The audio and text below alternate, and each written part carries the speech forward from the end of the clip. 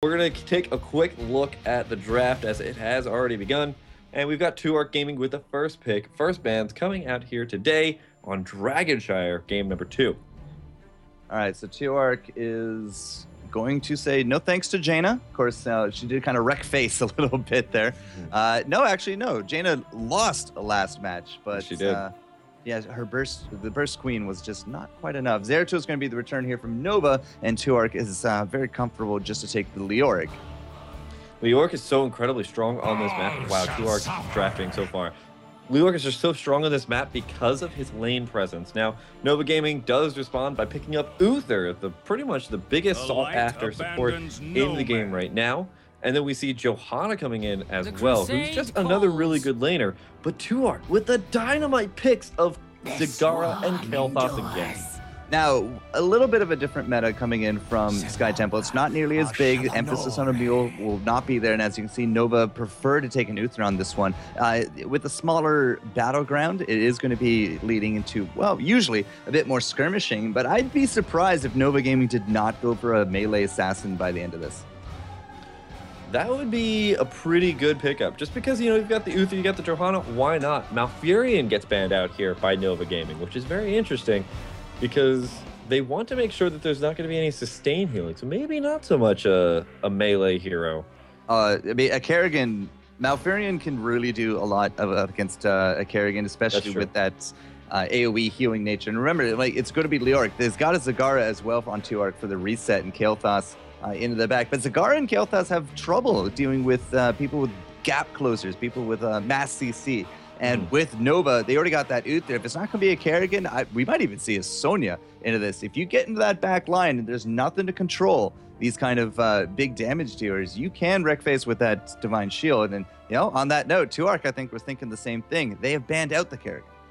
Yeah, Kerrigan on this map, not just because of how vulnerable Kael'thas and Zagara are in team fights, but also just in laning phases. This is a very strong roaming map.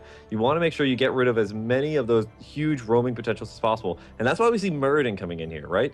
Uther, Muradin, both of them, very strong roamers. We get the Storm Bolts coming in, and that really locks somebody down as well as Thunderclaps. You put that with a Judgment coming in there from Uther, and he's just got, Hammer in there from Uther, and he's just a really dead target. Now, 2Ark, they see the Muradin, they see the Raynor. What is their call? Well, they're going to need another tank. And at this point, Johanna is already out. Muradin, that leaves us with Leoric. Again, like an Arthas does come to mind to try to control a little bit of the spacing of Johanna and Muradin, perhaps even Uther a little bit. A flanking Arthas is a very terrifying thing because your escape has been cut off. You're very slow. And, we've seen some Dragosas on this map. The Army of the Dead is a heck of a lot of sustain. But because we don't have that Malfurion, the only other ranged healer would be kind of a Rhaegar at that point. And a Rhaegar might actually not live through whatever the last pick that Nova Gaming here is hiding. I'm still convinced it's going to be a melee, but I'm just not sure which one. It could actually just still be Triple Warrior. I mean, we have the Raynor set up already, and we have the Uther. 2Ark right now, I think Sonya, that's what they're really thinking about is what do we do if we're going to be going up against a Triple Warrior? We've got a support that we need to pick up, and we need to pick up one other flex pick. What type of warrior is probably going to be the best one here? I would say probably a new Barak, but there are a couple other warriors that do fit in for different reasons. All right, 2Ark is going to get Kharazim. They need that seven-sided strike. Ever since we saw Korea with seven-sided strike, man, it is just spread like wildfire everywhere. Now with the rise of the tank meta, percentile damages have become definitely the thing. Leoric definitely up there. Kharazim giant killers have kind of maintained their popularity. But 2Ark at this point, I mean, an Anubarak would be fine. An Arthas, I'm not entirely too sure would work out. You need somebody a bit more mobile. Tyrael also comes to mind as well, the group shielding aspect to help out Kharazim a little bit. Yeah, so they go for the Tyrael, and that's a pretty good call there. The righteousness on his W, the group shielding really helps out a lot, puts on a lot of AoE healing to all the members around you. Holy Ground at 16 as well. The only person that can jump over it is Muradin. And there's the Sonya that I was perhaps looking for. If it wasn't Kerrigan, I was hoping for a Sonya. And the Triple Warrior, man, you're on point. Yeah. It's a really strong composition on this map just because you want to have a lot of different lanes that you have just ridiculous dominance on. You could put somebody like Raynor in the top lane and then have the Triple Warrior with an Uther kind of roam back and forth between bottom and mid, because Raynor by himself is actually a really good laner. Or you can just kind of put Sonya by herself up there in the top lane. I actually really like any of them kind of fit in the top lane except for Muradin or Uther. So you can put any of those up there in the top lane, not worry about it, have them face off against Zagara, and then have this really strong 4-hero roaming composition going back and forth between mid and top, or mid and bot.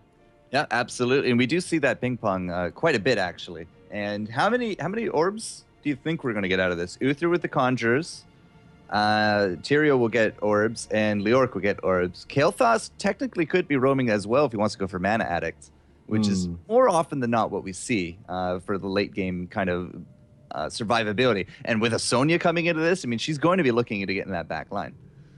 That's true. I'm kind of curious to see how many orb talents we'll see, but I think I'm suspecting 4. You're suspecting 4? Yeah. Probably have to go with 2. I actually really like Kael'thas to pick up the Fel Infusion at level 1 when they're going up against Triple Warrior, just because it gives them a little bit more survivability, and they can also possibly go for Backdraft or Mana Barrier later on. Mana Barrier is not awful if you don't pick up Mana Addict. And on this map, I don't feel like you really need a lot of sustain, like a lot of mana in order to stay out in lane. Okay. Now, my counterpoint to that is the Fel Infusion. If the Warriors get anywhere near you, I don't think a Fel Infusion is going to keep you up at all.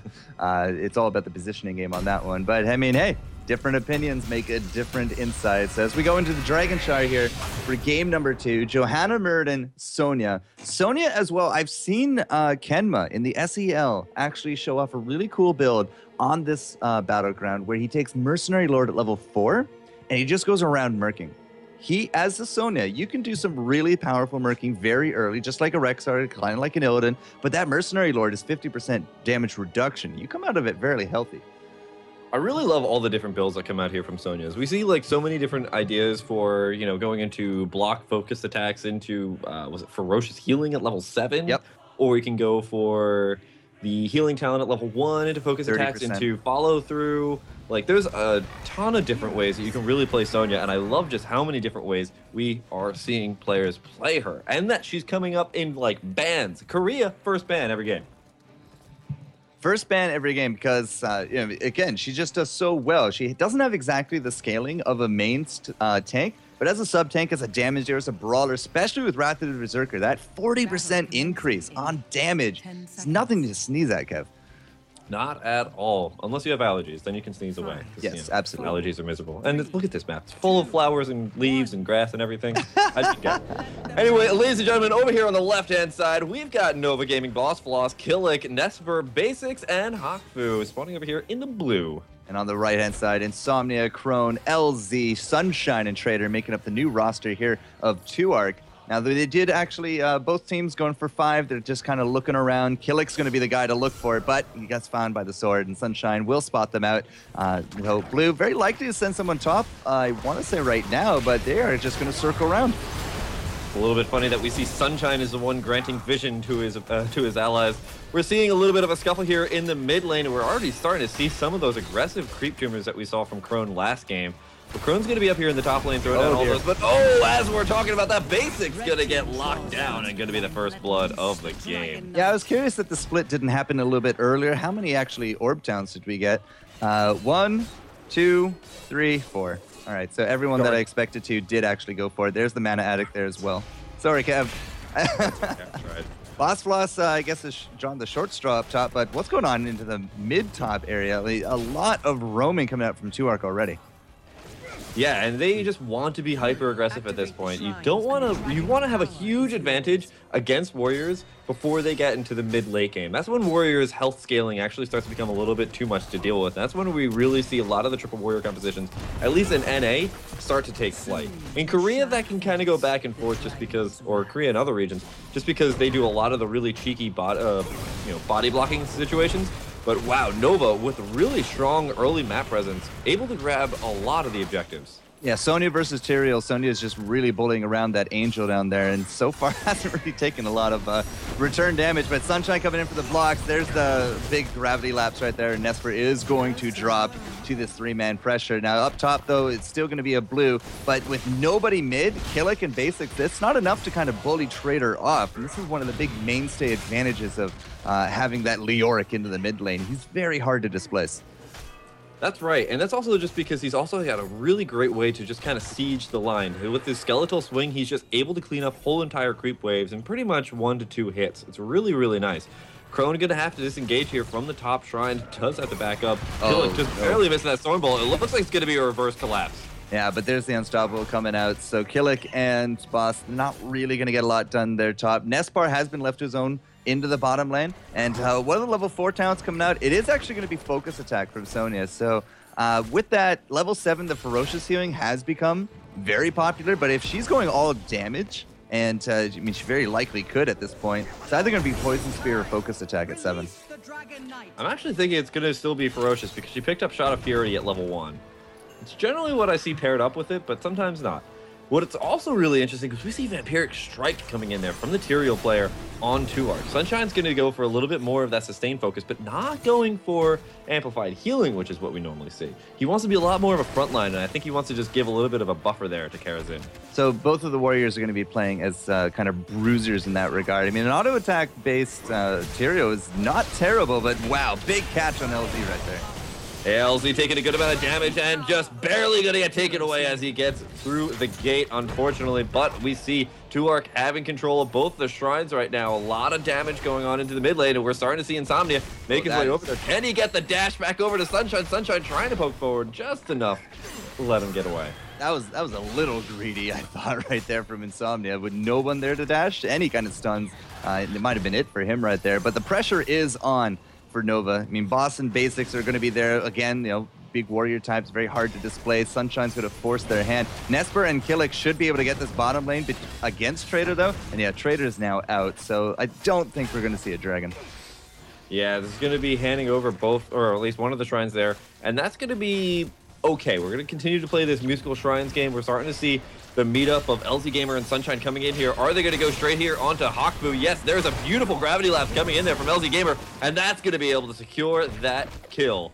Very, very nice play there. We could just see Crone, even though he just killed somebody, still throwing down creep tumors like it's like just a horrible, horrible tick in his mind. Like he just, okay, great, killed somebody, hit D, hit D, hit D. And that's just why you see so much creep everywhere. Now, I don't think we're going to have it in the bag here. Killick is going to jump forward. He's going to lose a good chunk of hit points. He did actually get that stun, that heal out, and Basics gets body blocked out. And now he's actually could be very body blocked in with this dragon. But LZ, they do pick it up. Bottom lane, a lot of people say that Sonya is the counter to Leoric, but without a creep wave, which does not follow them onto those points, the Whirlwind has not been able to sustain. And level 7 actually is the Ferocious Healing. It's still not enough. It's, you need a lot of sustainability when you're going for these triple warrior compositions. And that's why sometimes we see a lot of Tyraels show up in these triple warrior compositions. We see even sometimes ATC going for the groupies build because you need a lot of healing, because even though warriors are really tanky in health, they need a lot of that health. Now we see Hawkfu pushing Crone away. We're going to see just 2-Arc just completely all over the map, pushing in every single lane that they can. Except for right now, just barely the mid lanes getting a little bit of reprieve. Yeah, but they're not really going to miss out on really kind of the creep wave.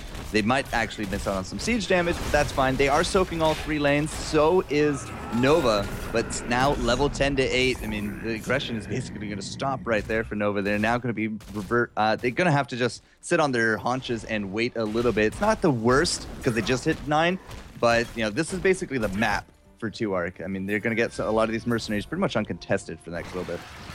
Yeah, they're going to try and just pick up as many of these mercenaries as they can, as they've got these huge heroic talents to really just take advantage of that. We got the 7-sided strike coming in there, and I'm not really too surprised. When you see a Sonya, I'm almost like 100% expecting a 7-sided strike to always come out there from the Karazim. Yep. And we can see that 2-Arc is using this huge advantage that they've got in order to push down in this bot lane. Look at the damage that 7-sided strike did to Boss Bloss.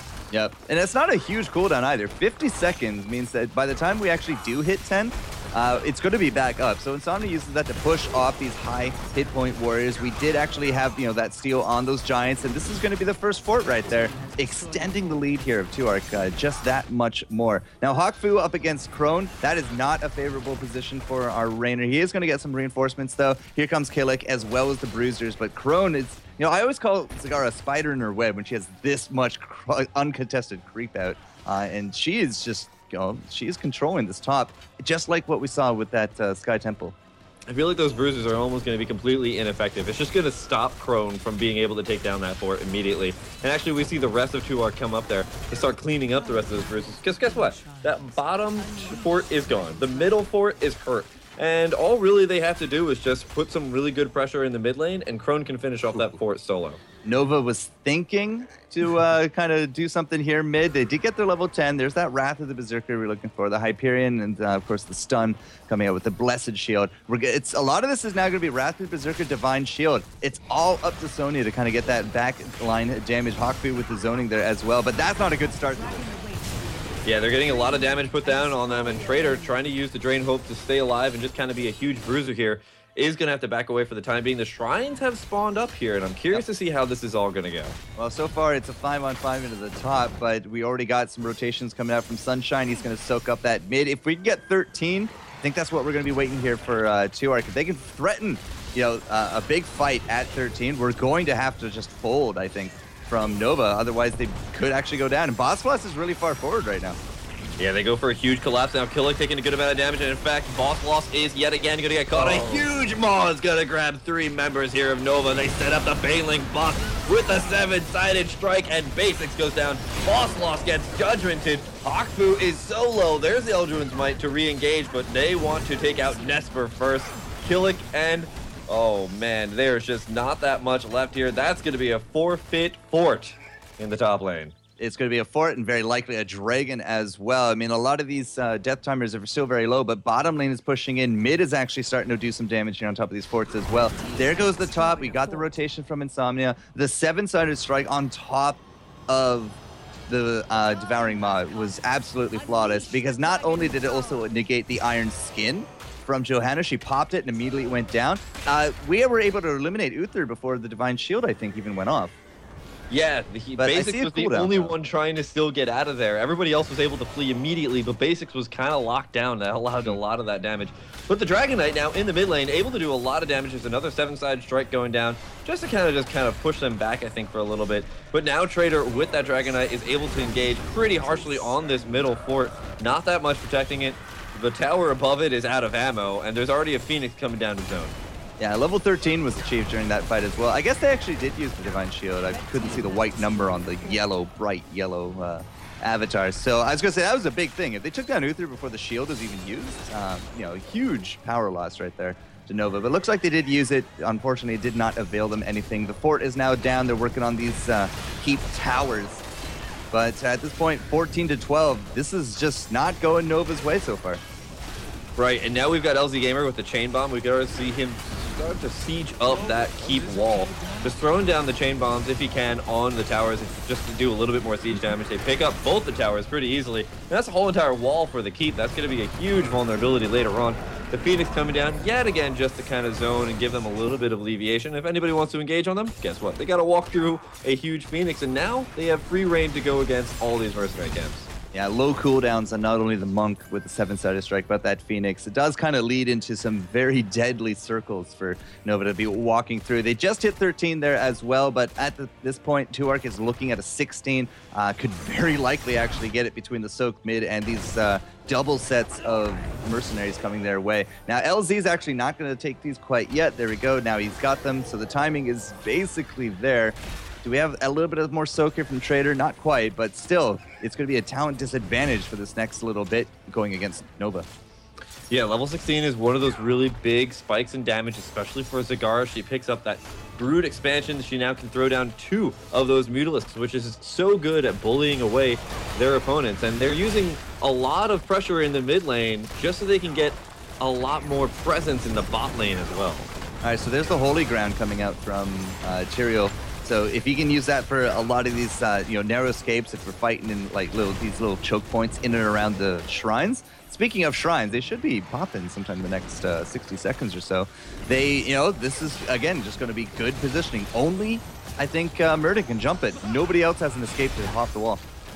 That's true, and that can be really good for both lockdown and fleeing. And for the time being, it's definitely going to be used for lockdown, as there is such a huge advantage. A massive maul going down here. It's another going to be 2 heroes locked up. That's Hawkfu trying to disengage there.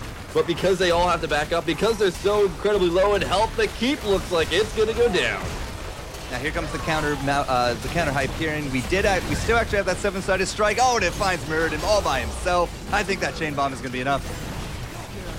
We're seeing a good amount of damage come down here onto Hakufu now, but he has to back away. We see Boss Floss re-engaging Holy Ground going down there.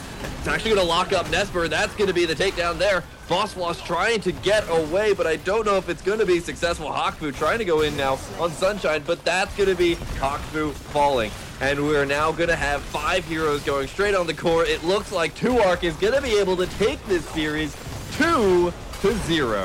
Congratulations to 2Arc on their impressive performance. Nova Gaming a little bit more back to the drawing board at this point, but you know, not terrible games from them. It's just very small incremental kind of advantages going the way of 2Arc. They had earlier roam. Their lane setups weren't better, I feel, but their rotations definitely were.